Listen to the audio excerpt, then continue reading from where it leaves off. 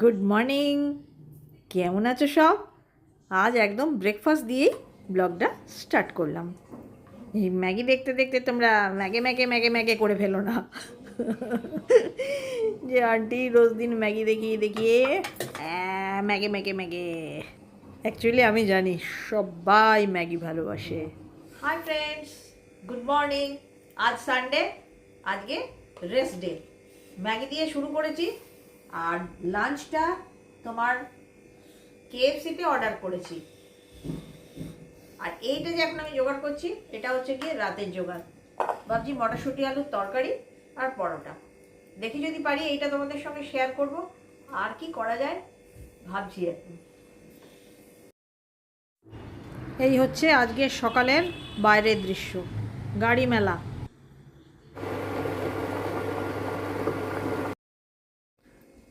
এই সোফার চেহারা দেখেছো, খুব অবস্থা খারাপ। আজকে এটাকে ঝাড়বো, আর ওপরে ওই সমস্ত স্প্রেডিংগুলোকেও চেঞ্জ করে দেবো। সব যেন গন্ধ উঠছে। কষ্টটা কি জানো, এইখান থেকে আমার বার করা। আমি তো নিচু হয়ে বসতে পারি না, এটাই হয়ে গেছে সমস্যা। এখন একটা টুল লাগিয়ে বসেছি, আর সবটি নিজে করব, কাউকে দেব না। হ্যাঁ, এইটা অনেকদিন লাগাইনি, এইটা লাগিয়ে দিই, অনেকদিন লাগাইনি।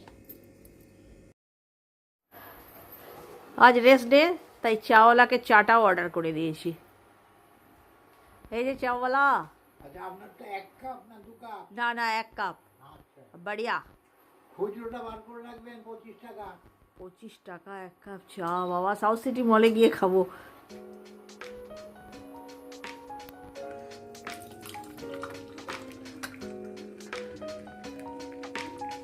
শেষ চ্যাটার্জি মনে মনে ভাবে এই ইন্ডাকশান ঘরে ঢুকিয়েই আমার চাওয়ালা।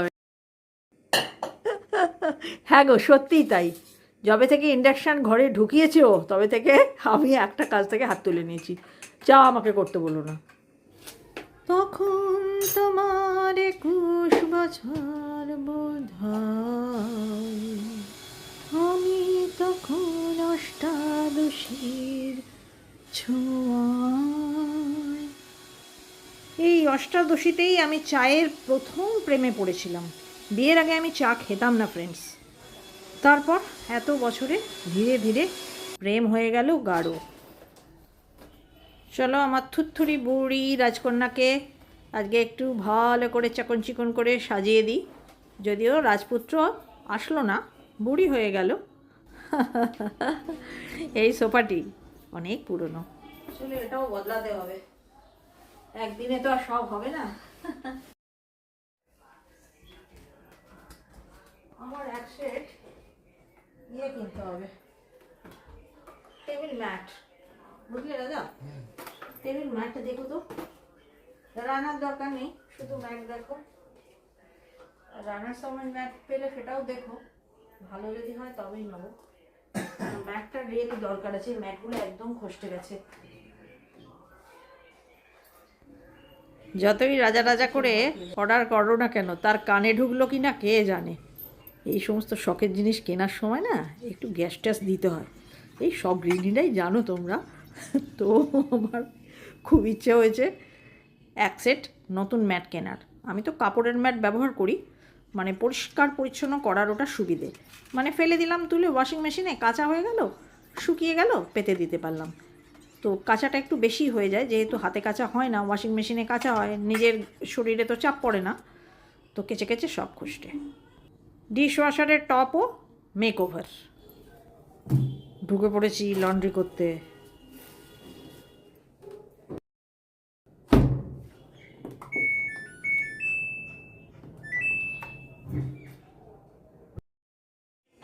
এন্ট্রি নিয়েছি কিচেনে। একম অদ্বিতীয়াম মটরশুঁটি আলুর তরকারি, সেটারই অল্প জোগাড় আছে, খুব সামান্যই জোগাড়। মটরশুঁটি তো সেদ্ধ হয়েই গেছে, আর এই আলু সেদ্ধটুকু আমার ছিল, সেই ওই অল্প আলু দিয়েই করব, যাতে আজ খেয়ে আজই ফুরিয়ে যায়, বড় জোর বাড়লে কালকের সকালে জলখাবারটা। কারণ যেদিন আমি পরোটা করি রাত্রে, সেদিন একটু বেশি করে করি, কারণ পরোটা পরের দিনে বাসি খেতে কারুর আপত্তি নেই। এ তো আর রুটি নয়। তাহলে আগামীকাল মানে সোমবার আমি জলখাবার থেকেও মুক্ত। এই দেখো পরিমাণটা তোমাদের ফোকাস করলাম। এই আলু, এই মটরশুঁটি, আর এই 3 টুকরো টমেটো, আর এটা 1 টুকরো আমি বাটছি। আর আরও একটু আলু আমাকে সেদ্ধ করে রাখতে হবে, মানে ওই হাতের পাঁচ।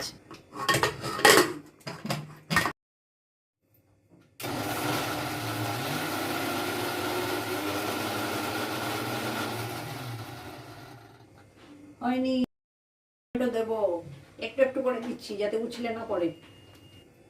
এই দেখো আলু মটরশুঁটির তরকারির রাত্রের, পরোটা রাতে দেখবে, দিনে তরকারিটা করে রাখছি তার জোগাড়। এটাই নিয়েছি আদা, কাঁচা লঙ্কা, টমেটো, বেশ টক টক ঝাল ঝাল তরকারিটা হবে। আর অল্প অল্প গুঁড়ো মশলা দেবো। আর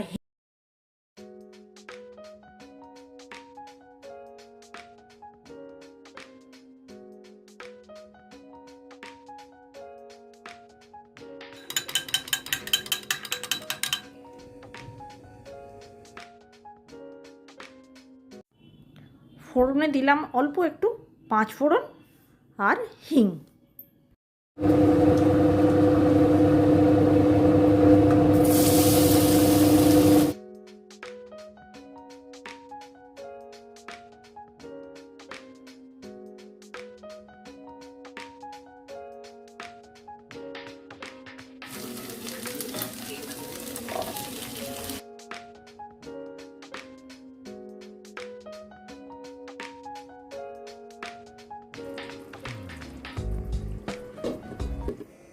কি কো এটা? খুলেই দেখো না, খুলেই দেখো কি জিনিস, তোমারই।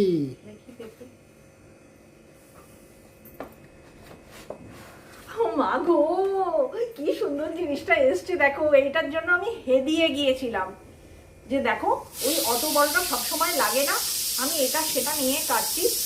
ওই যে তোমরা যেটা আমাকে বলেছো না সেরামিক্সের চপিং বোর্ড, ওটা অ্যাকচুয়ালি তো সেরামিক্সের চপিং বোর্ড নয়, ওটা আমার তো গরম খাবার নামাবার, আমি ওটাই চপিং বোর্ড হিসেবে ইউজ করি। আমি না একটা ছোট্ট একটা, এটা স্টিল। ওহ, যেরকম বড়টা দেখেছো তোমরা অনেকেই পছন্দ করেছো, সেটারই ছোটটা। ওহ, এইটা পাওয়া গেলে আমি আর ওই অত টাকা খরচা করে ওই মার্বেলটা কিনতেই দিতাম না। ডান। আরও একটু শুকনো শুকনো করবো ভেবেছিলাম, কিন্তু সিএস চ্যাটার্জির এটাই পছন্দ।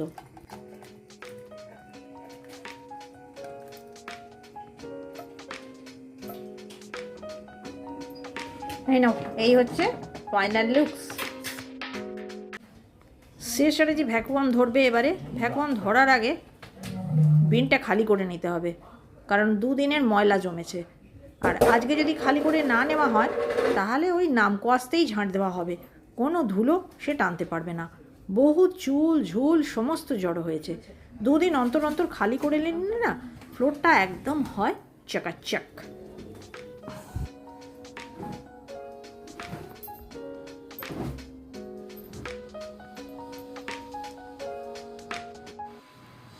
এই আমার ঘরে ভ্যাকুয়াম নিয়ে ঢুকে পড়েছে মানে সিএস চ্যাটার্জির আর বেশি বাকি নেই, এটা তোমরা ধরেই নিতে পারো।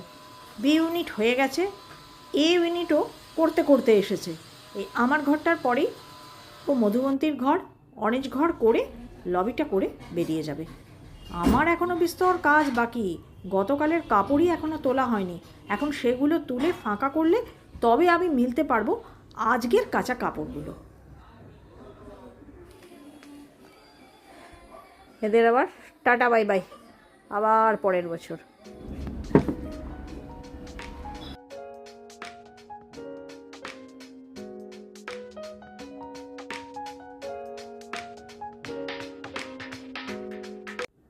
আমার প্রিয় ভিউয়ার্সদের মধ্যে কেউ একজন, এই মুহূর্তে আমার নামটা মনে পড়ছে না, আমার ছোটোবেলার গল্প শুনতে চেয়েছো। দেখি একদিন বসে বসে তোমাদের গল্পটা বলবো। আমার জীবনের গল্প যদিও খুবই সাধারণ স্বাভাবিক। খুব অল্প বয়সে বিয়ে হয়ে গেছে, জয়েন্ট ফ্যামিলি ছিল, এবং বেশ গোলমালের মধ্যে দিয়ে আমার প্রথম জীবনটা পেরিয়ে গেছে। তারপরে যত লড়াই তো চালু হলো মধুবন্তীর জন্মের পরে, যখন আমরা জানতে পারলাম যে মধুবন্তী আর 5টা বাচ্চার মতন নয়, একটু আলাদা। কারণ ও তো জন্মের পরে আমরা জানতে পারলাম ও শুনতে পায় না, আর শুনতে না পেলে কি হয় সেটা নিশ্চয়ই আর বলে দিতে হবে না। এই কথাটা আমি ব্লগ চালু করার পর থেকে অনেকবার বলেছি, তবুও হঠাৎ করে কেউ কেউ জিজ্ঞাসা করো, তো যদি তারা এই ব্লগটা দেখো তারা হয়তো তাদের উত্তরটা পেয়ে যাবে। মধুবন্তী কথা বলে না কেন, মধুবন্তীর কী সমস্যা, তো এইগুলো হয়তো তারা যদি এই ব্লগটা দেখো জানতে পেরে যাবে। আজ টাইমলি দিয়ে গেছে কেএফসি থেকে। এটা আছে আমার আর মধুবন্তীর লাঞ্চ। ওই রাইস বোল দিয়েছিলাম, গ্রিল চিকেন, মানে ওই কী বলে স্মোকি চিকেন, ওটাই আমাদের পছন্দ। আর সিএস চ্যাটার্জি তো চিকেন খায় না, তাই জন্য সিএস চ্যাটার্জি মাছের থালি, মাছ ভাত এই সমস্ত রেবাস কিচেনে অর্ডার দেওয়া আছে। তো এসে যাক, তার আগে আমার ঘরটা পরিষ্কার হয়ে যাবে, স্নান টান হয়ে যাবে, একসঙ্গে খেয়ে নেবো।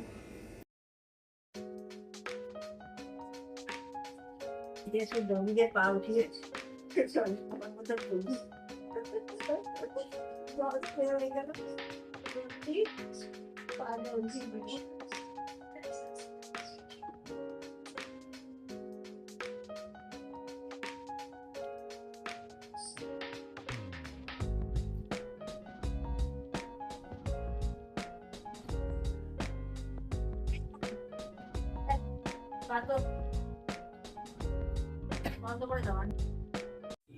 আবার সন্ধ্যাবেলায় আসছি।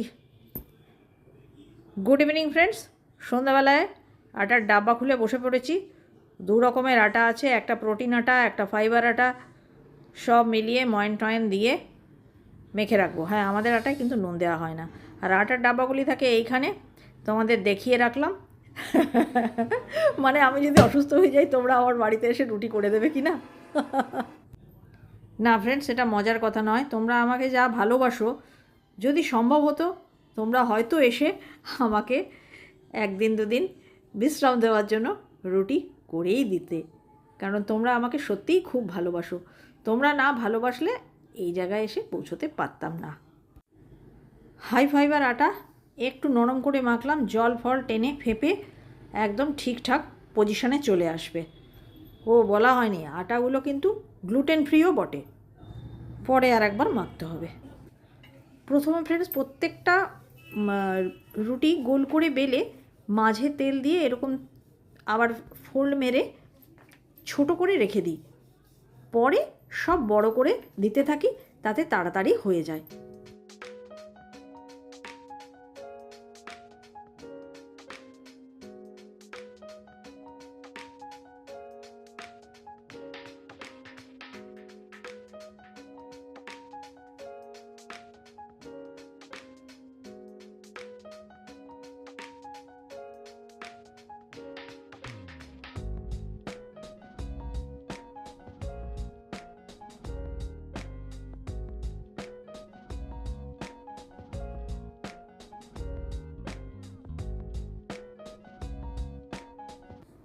আজ ফ্রেন্ডস অনেকটা রাত হয়ে গিয়েছিল, মানে ভিডিও এডিটিং করে তবে তো আমি এই সমস্ত কাজে হাত লাগাতে পেরেছি।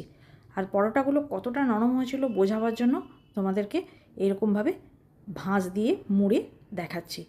বুঝতে পারছো তোমরা? ভীষণ নরম, সেই রুমালি রুটির মতন নরম হয় আমার পরোটাগুলো। সিএস চ্যাটার্জিকে বসিয়ে দিয়েছি, এটা মধুবন্তীকে দিয়ে দিলাম। আর এটা হচ্ছে মধুবন্তীর ডিমের পোচ। আর এরপরে ভাজছি এটা আমার থালিও রেডি করে নিয়েছি। সিএস চ্যাটার্জি ধীরে ধীরে খাচ্ছে, ওর ডিমটাই আমি সব থেকে শেষে ভাজবো।